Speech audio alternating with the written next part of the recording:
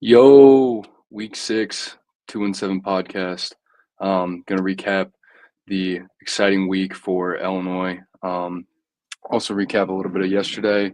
Um, Great time in EAU unofficial. Um, Always a good time to have all the boys down. Um, be able to hang out, have a good time with them.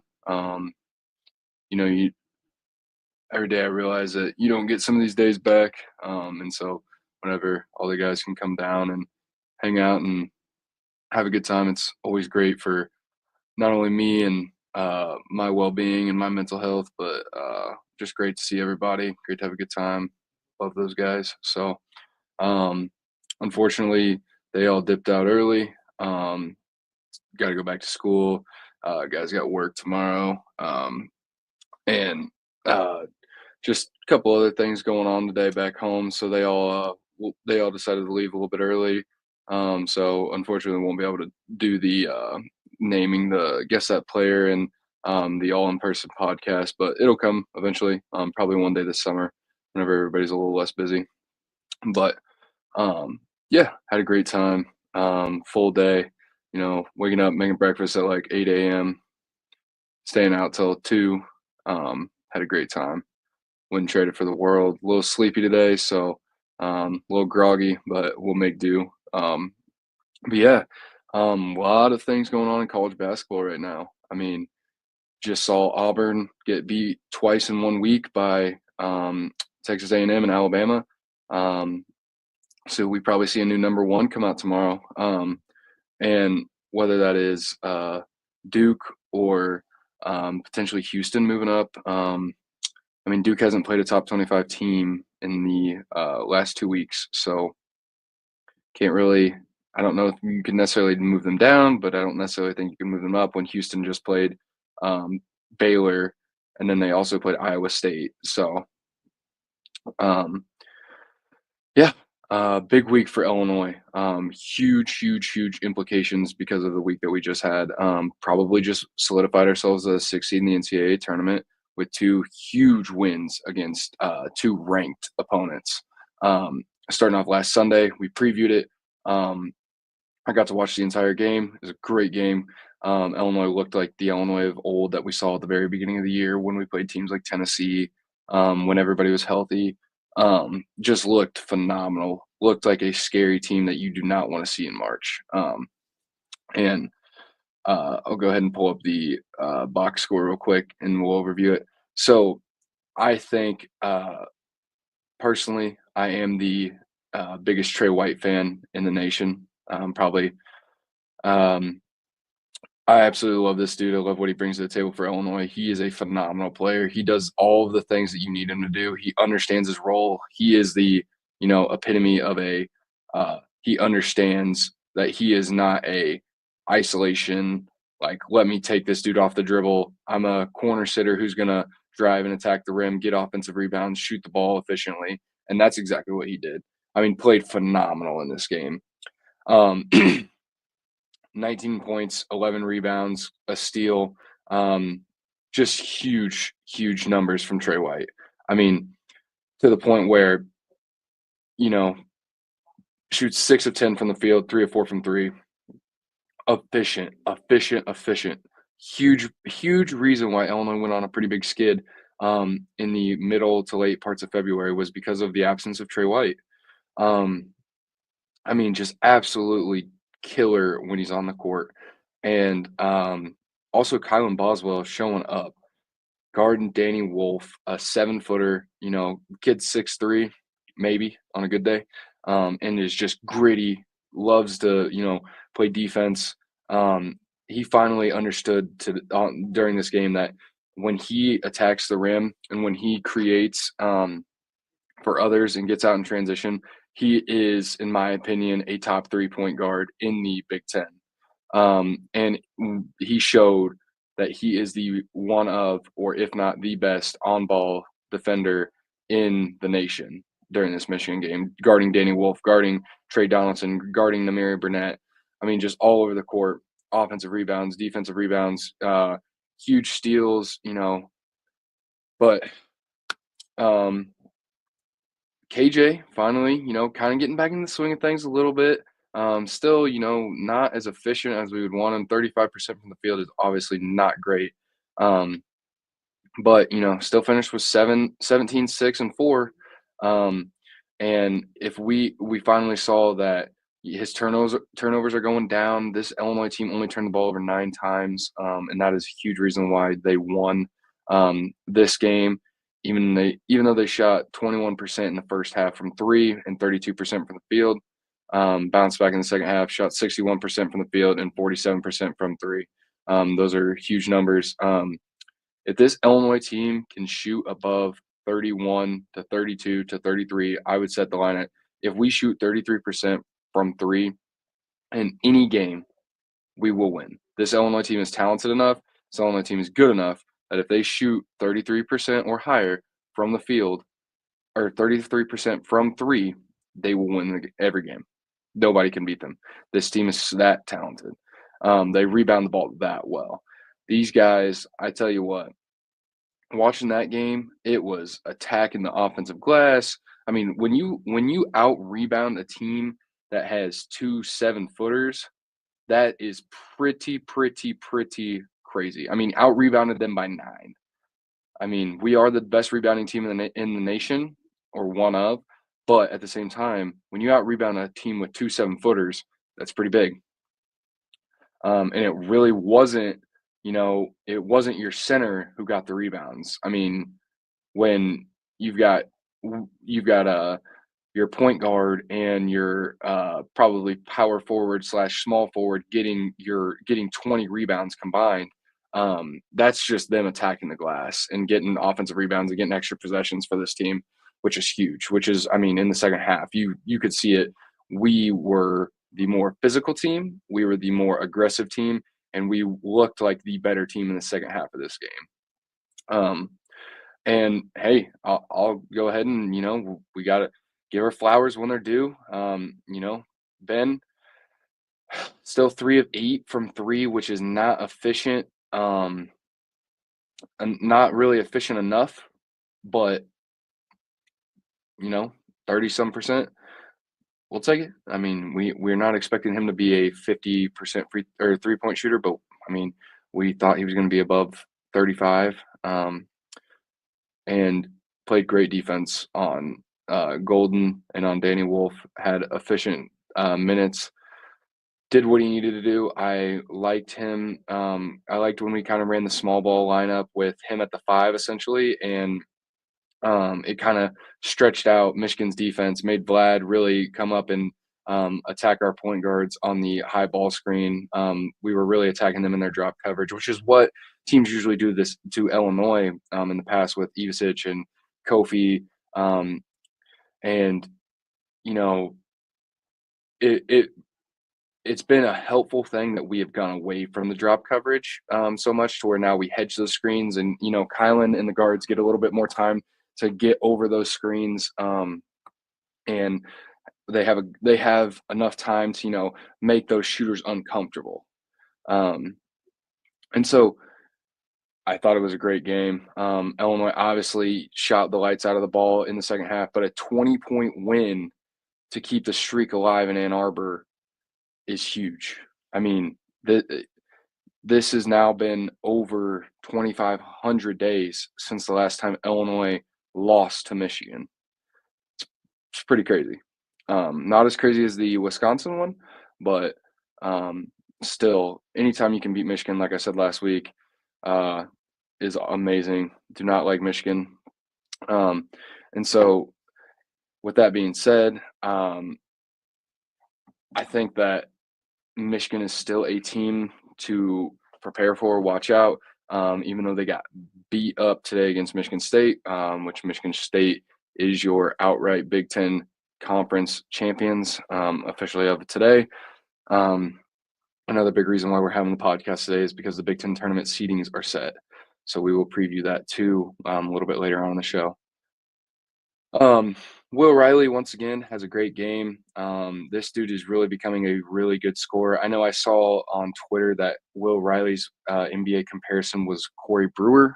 Corey Brewer was a bucket in college, had a 50-point game in the NBA, but at the same time, um, I don't really agree with that. I think it's just not every day that you see a guy that's 6'9", 6'10", 6'8", whatever he is, um, have this ability to take you off the dribble, similar to KD, where he can really rise up and shoot over anybody. He doesn't really see the contest, um, and I think he's going to be a really good NBA player if he gets to go to a team that has good development. Um, and I just this kid is something like amazing that we haven't seen at Illinois in a long time, where a 17-year-old kid that should be a senior in high school is playing against 22, 23, even 24-year-old um, grown men in college basketball who have been here, done this, and he's still putting up efficient plus 16 plus minus is, I mean, his whole the whole lineup being green outside of the bottom where Dre Gibbs Lawhorn was at 0. Um, like you, you know, if Illinois plays a game like this in the Big Ten tournament or in the NCAA tournament, Duke might beat them. Auburn, Houston, Bama, those are all 1 and 2 seeds. You aren't gonna see them until Sweet 16, Elite Eight, if you get the 6 seed. Um, but it was great to see Illinois play this game again. I mean, 20-point win on the road in Ann Arbor. Um, Pretty much, I personally thought that Illinois should be on that 25 line this week. Um, you don't, you should get more props for going up, beating a team on the road in their place, top 15 team.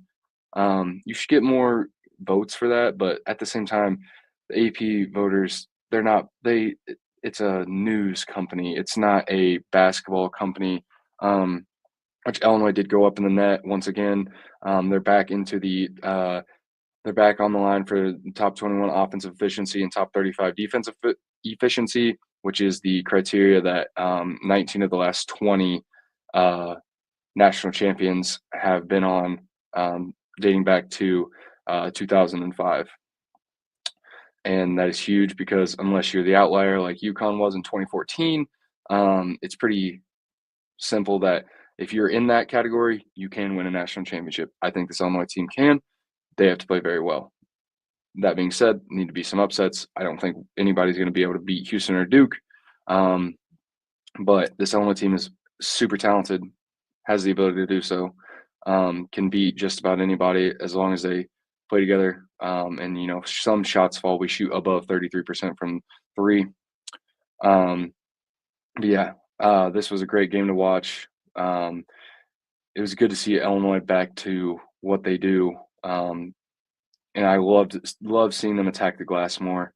But yeah, we're gonna switch into the Purdue game, which got to see this one. Uh, Watched it on Friday night. Um, First half was, they pulled away, or we pulled away a little bit. Started off pretty good. They came back. They were up 4 before the half, and then Will Riley hits a three to cut it to 1 at halftime. Um, and you really you felt the momentum will swing a little bit towards Purdue in the last 3 minutes of the first half, and then that three gave Purdue a little bit of the uneasies. And then the second half they go on a pretty big run. And we just it kind of looks like it's going to be one of those games where, okay, Purdue is the better team. Purdue is going to take over. They're going to win this game. Um, they've got the better, whatever you want to say, coach or system, or even though you could say that they have the best player on the court or the best two players on the court in Trey Kaufman-Wren and Braden Smith. But it wasn't until, in my opinion, one of the worst technical fouls, again, called by Jeffrey Anderson, Mr. High Knees. I don't understand this guy's infatuation with having to be in the spotlight. But at the same time, Illinois got screwed on a hanging on the rim technical foul a couple years ago. and it bit Purdue in the ass this time. So that being said, technical is technical. Can't swing on the rim, can't pull up on the rim. These are very clear things unless you are under or out of control and are doing it for a safety concern. I don't personally think this was for a safety concern. He kind of did like a chin up, kind of pulled up on the rim. There wasn't really anybody in the area. Um, and so I think it's a bad technical. I think that should be you know, you shouldn't be able to just like start doing pull-ups on the rim and all crazy kinds of stuff. But at the same time, it's college. Like these are college kids. This is a entertainment sport. Let the kids play. Um, but that really was a, you know, technical foul. We only made one of the free throws and we made it two on the other end. So it was a 3-2 swing. Um, but or it's actually a 5-0 swing, because that's 3 points that they gave Illinois on a possession that they should have had zero. So, but man, shout out to Will Riley and Trey White. These two dudes come in, first year at Illinois. You could also say a lot of these guys, everybody but Dre Gibbs Lawhorn, first year at Illinois. But these guys, when they play, man, when they're at 100%, these two dudes are just beast. I mean, Trey, 29, shoots 77% from the field, just efficient and gritty. And I mean, this dude, I absolutely love Trey White. 3 for 5 from three, had 9 boards. I mean, just something that like you just love. It's one of those guys where you watch him play basketball and you just love to see it. Like it's one of those guys where every time you see him play basketball, it's kind of one of those ones like, yeah, man, he's a good player. Um, and then Will Riley. I mean, dude, this guy, I don't know what he does to set up his defenders, if he just lulls them to sleep or what. But this dude, when we get the ball to Ivisic and Will Riley cuts through the lane, it's either going to be a foul or it's going to be 2 points. This dude is an efficient, good, amazing cutter who gets to the rim and just absolutely draws contact. There were a couple that I thought could have been called. I thought they should have been called where he got hit on the arm. But I mean, still 22 points as a 17-year-old. I will never forget what Will Riley did for this Illinois team, even if we don't make a deep tournament run. One of the bright spots, I won't say legends, but one of the very bright spots of the 2020s for Illinois men's basketball. Once again, Kylan has a great game, 15 points. I wouldn't say locked up Braden Smith like we thought he would. Braden Smith finishes 1 rebound shy of a triple-double. But at the same time, Braden Smith, 8 of 19.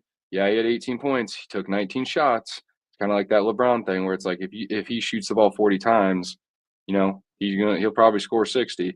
But 2 of 9 from three, we'll take that all day, every day of the week. Where they really kind of beat us up was Trey Kaufman-Renn going off for 29 points, 13 of 23 from the field. Kind of just, we kind of just allowed him to do whatever he wanted inside. We didn't start sending doubles or like showing a hand or flaring at him until probably the last 2 or 3 possessions of the game, about a minute and 45-ish seconds left to go in the game.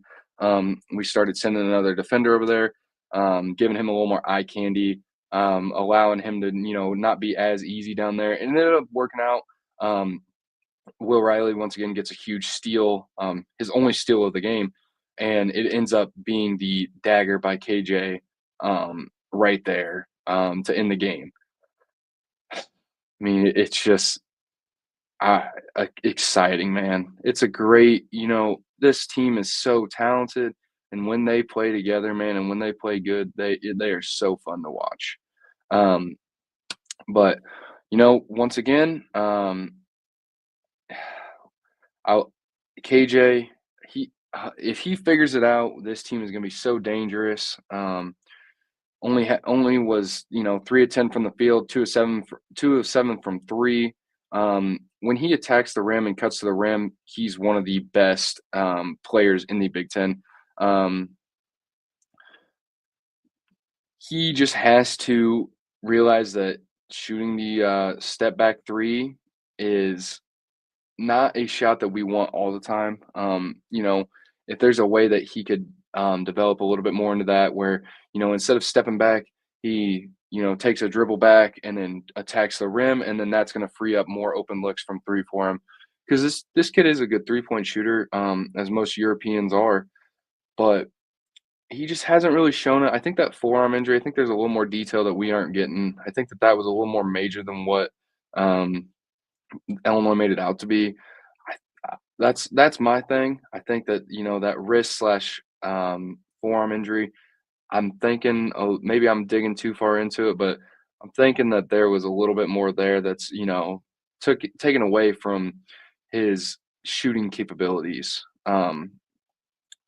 But that being said, still 10, 7 assists, plus minus of 11. It's pretty good, efficient, good. I mean, played pretty solid defense, I would say. But outside of Trey Kaufman-Renn and Braden Smith, I mean, Fletcher Lurer had 14 points, but really that was, the Kaufman-Renn and Braden Smith were really their only factors. Cam Heide is just, he was awful. I mean, and then First is just, I don't know why he's on the court. Um, and so, I think they did a solid job on defense. Thought they looked pretty efficient out there, just besides Wren. Got to send more doubles at him. I think that'll be an interesting game because they are on Illinois' side of the bracket now. After losing, I think 4 of their last 5 or 4 of their last 6. So it'd be interesting to see what that team does. I know Painter has a lot of success in the Big Ten tournament, so he'll definitely have some different changes. Um, but once again, Illinois 36% from 3, and what happens? They win the basketball game. This was one of the odd occasions where Illinois didn't exactly have the best rebounding night.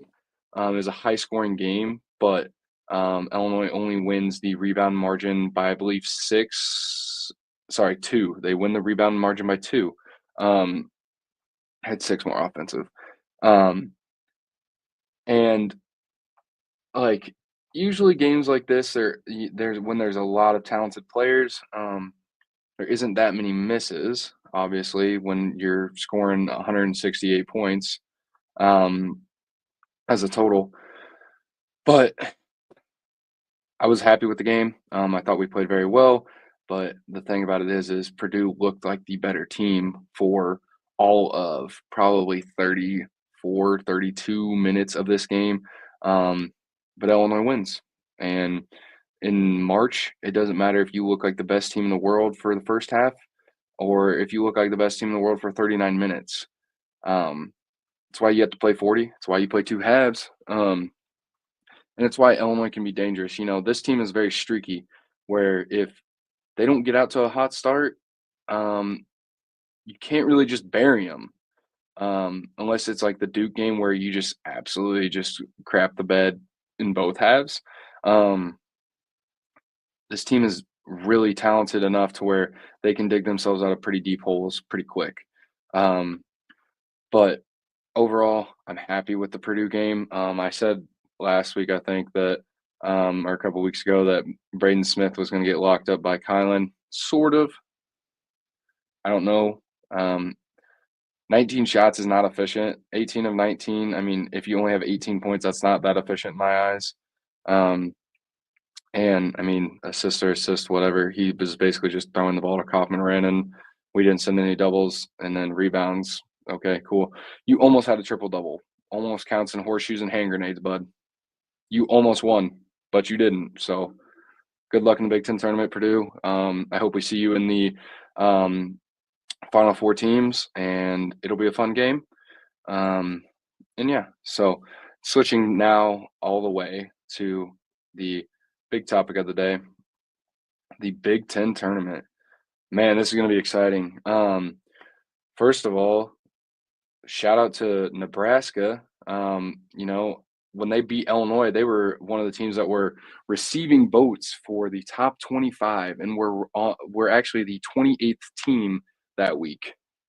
Nebraska now has missed the Big Ten tournament, losing their last 5 games. Yeah, I mean, you pretty much did everything you had to lose out. I mean, just played awful, had some bad losses, lost today to Iowa at home on senior day. That's just not a good it's hard to lose on senior day for anybody, but um, oh well. Nebraska, they just run their mouths. They're still talking about how Fred Hoiberg's the truth over there. Okay, cool. You made one NCAA tournament appearance. You didn't win. But the big thing today is that Illinois will play the winner of Iowa and Ohio State.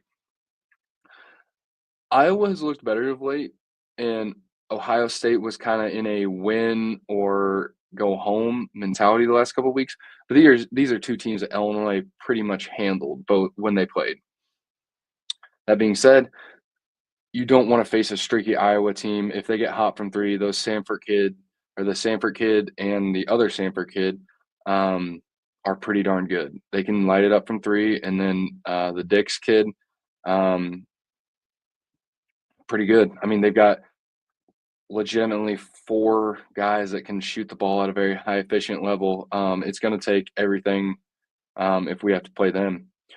But if they beat one of those 2 teams, then we get our rematch with Maryland. The last time we played Maryland, Maryland beat our ass at home. However, we had Trey White, Tommy. I mean, we had 2 or 3 guys out, and I'm not going to make an excuse because Maryland would have probably beat us with those guys that night. However, this is a Big Ten tournament, and I think this is going to be a get-back game. Maryland, you know, they've kind of had our number the last couple of years, and it's to the point where I'm nervous, but at the same time, you know what? Bring Terrence Shannon Jr. to the game, and let's see if Kevin Willard really wants to step up and talk shit again.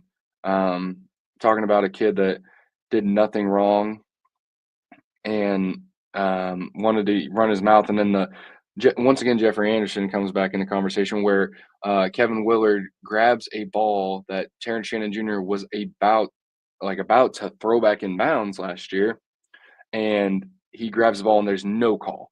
First of all, that's a technical foul. The coach cannot grab the ball unless it has already been out of bounds. There was no out of bounds call. That is tech. And then Kevin Willard wants to push Terrence Shannon Jr., which should have been another tech. So 2 technicals right there. And Kevin Willard is out of the game. I hope we play Maryland, and I will stand on absolute business and say I think we will beat the ever-living shit out of them. Freshmen don't play well in March. We've seen that firsthand. If you don't have good guards in March, you don't win. If you are not a good rebounding team in March, you don't win. So, point proven. But I think the most interesting part of this entire bracket and the probably the worst place to be is this bottom 4th quadrant where you have a streaky USC team, this Rutgers team that has the most talent in the Big Ten at the point guard and shooting guard spot, Purdue, and a Michigan team that at one point in time was the 1 seed. And I mean, this is a gauntlet run because a Rutgers team could easily beat USC, beat Purdue, beat Michigan, and then they might run out of gas playing that 4th game of the 4th game in 4 days. But at the same time, I mean, there's nothing saying that Rutgers team couldn't make a run. Same way with Purdue, same way with Michigan. I mean, the double bye is so helpful in these tournaments. I really don't know why the Big Ten doesn't expand to add 2 more teams. It would make a little more.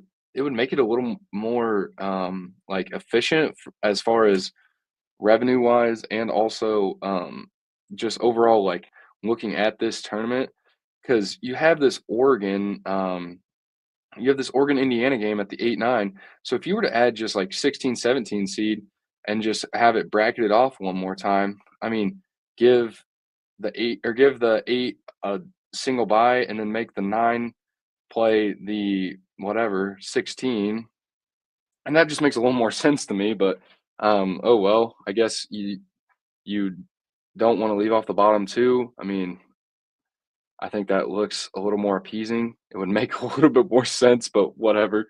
Um, but I'm really excited for if Indiana does pull off against Oregon.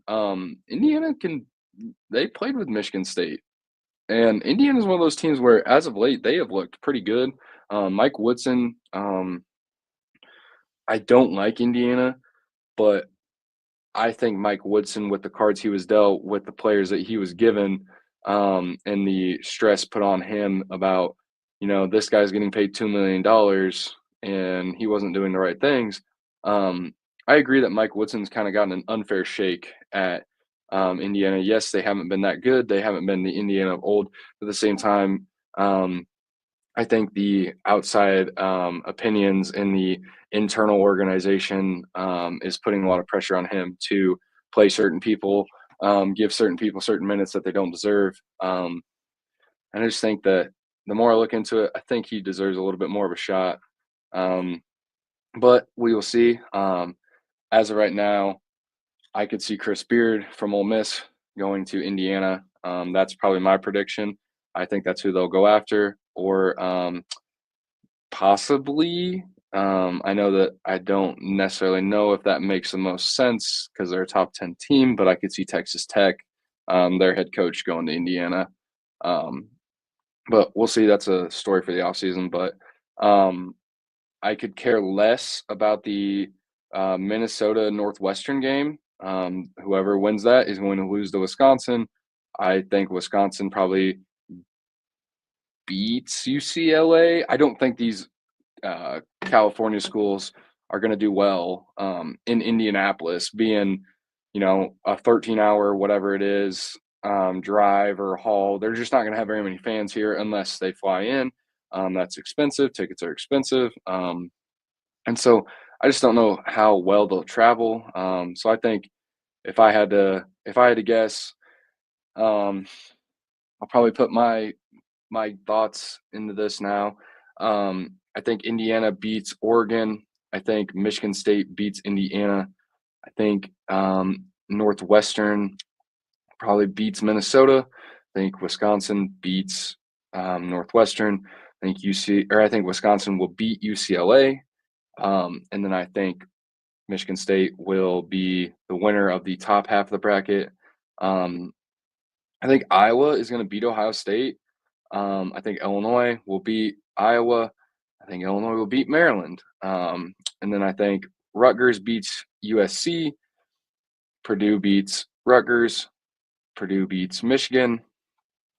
And then obviously, big Illinois fan, I think Illinois beats Purdue again. And then you have a matchup of Michigan State versus Illinois for the third time. And as a wise coach once told me, it is hard to beat a team three times in a single year. I think Illinois wins your Big Ten championship. I think they're playing well right now. I think they've got everybody back healthy. I think that this is the team that everybody is kind of like, ugh, I don't think we necessarily want to play them. Brad Underwood does well in March. He knows how to win in the Big Ten tournament. He's done it before, as we see. Big Ten tournament champs. Um, and yeah, I think Illinois, I think they get it done. That's a little biased, but um, I think Purdue could easily win the Big Ten tournament. I think it'll be one of Michigan State, Illinois, or Purdue. I don't see the other teams unless they get super duper hot, making that sort of run. Especially those 10 to 15 seeds. That's going to be a lot of games in a lot of days. Tired legs. eventually just kind of get outlasted by those fresh legs and lack of depth. So yeah. Um, and to end this off, I haven't really been thinking about it too much. Um, but my shout out of the day is going to go to my mom. Um, my mom is my absolute rock. She helps me through just about everything. She supports me in every single way. Um, she always, tunes in, watches the podcast. She's a huge inspiration in my life. I don't know what I would ever do without her. So many times, so many phone calls. I mean, if you know Toby, she's the absolute goat. Um, she'd give her shirt off her back to anybody who ever needed it. Um, and yeah, I can't wait to see her over spring break for a couple of days. And I'm just glad that I was given the chance to use this platform to tell you guys that she's absolutely the greatest, and that I really hope that she gets one of those golden thrones whenever she deserves it. But she deserves one right now. She works harder than 99% of people I know. She's always, even when she's tired, always up texting me. If I'm studying for an exam or whatever, sends me prayers before, knows my schedule. Um, she's just the best. And I love her. She was pretty instrumental in me wanting to do this. She kind of was like, "Hey, if you want to do this, buddy, shoot for it. You can make it big. It's gonna take time, but yeah." Shout out to mom. She's the best. And with that being said, I don't see any comments on here. So this has been week 6 of the 217 podcast. Next week, we will probably be previewing the Illinois game. I'm not sure exactly. I don't think they've set the exact schedule. I think they'll play on Thursday, um, and could potentially be a game that we preview. Could run a little bit of a makeshift Thursday before podcast where um, we have the ability to do that on here. And yeah, it should actually be on Friday, the 14th, because Ohio State and Iowa play on the 13th. So be a big game. Excited to watch it. So yeah, with that being said, thank you guys all for tuning in. Remember, 100 subscribers, going to give away a $25 B-Dubs gift card to somebody that gets lucky with a wheel spin. But yeah, thank you guys so much for tuning in, and peace.